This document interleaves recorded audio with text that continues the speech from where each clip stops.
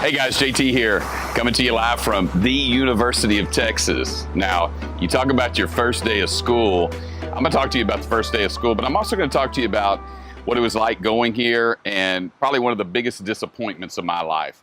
See, everything that you talk about in life sometimes has its goods and it has its bads. It has its ups and it has its downs. That's what I'm coming with you today to talk to you about is that. First day of school was always fun for me because smell of the new books, the new excitement, the new energy. It's like having a business.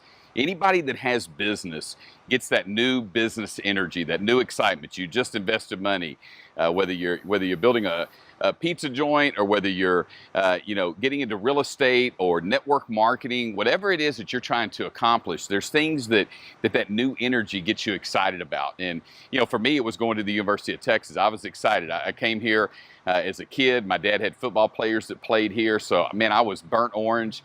From the time I was this big. I mean, since the time I was born, I was burnt orange.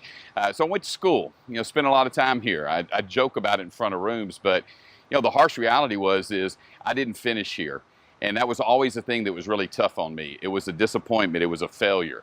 And I looked at that way in my life. My mother was an English teacher, double masters. My dad was a coach and then an administrator. So imagine you being an education family and not finishing. Imagine the University of Texas asking you to leave. It was such a tough thing for me. And it's something that I had to grow through. Disappointment in life are some things you have to go through. And I'll never forget getting that letter that my dad actually got, and then I got to read later. It said, John Taylor will not be allowed to come back here for a year. And I'll tell you the story. I had gotten on scholastic probation. I was partying too much. I was hanging out too much.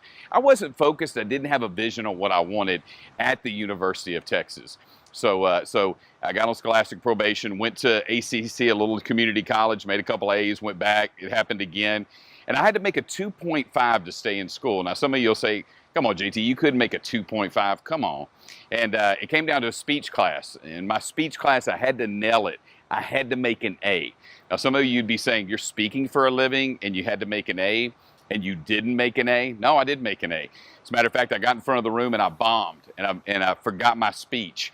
And there it was. I got a B in that class. So a 2.48 kept me from staying in school. Now, here's the lesson I learned in life. Here's the big lesson for me, the big takeaway was unless you're prepared for what you're doing in life, unless you have a vision, a goal for where you want to go, you ultimately fail at what you're trying to accomplish. You have to go in with a mission. You have to go in with a purpose. I didn't have a purpose to finish. I didn't know what I wanted to do. I was vacillating between being a teacher and a football coach. So for me, I just couldn't figure it all out.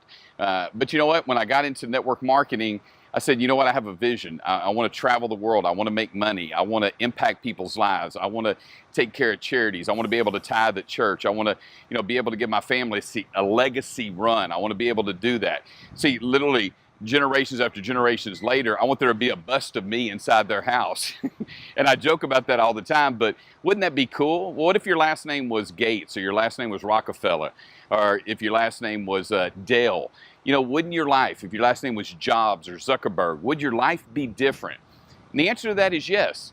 It's basically what your vision is for what you want to accomplish. So, your first day in your business, your first day, you got to sit down with your end in mind. And that's what I'm going to talk to you about, the end in mind. So get ready because we're going to dive into this. But what is the end game? Where do you see yourself finishing? That's where you start. You start where you see yourself finishing. I'm going to come back in just a second. I'm going to break that down to you. So get your vision. Get the start where you're going to finish.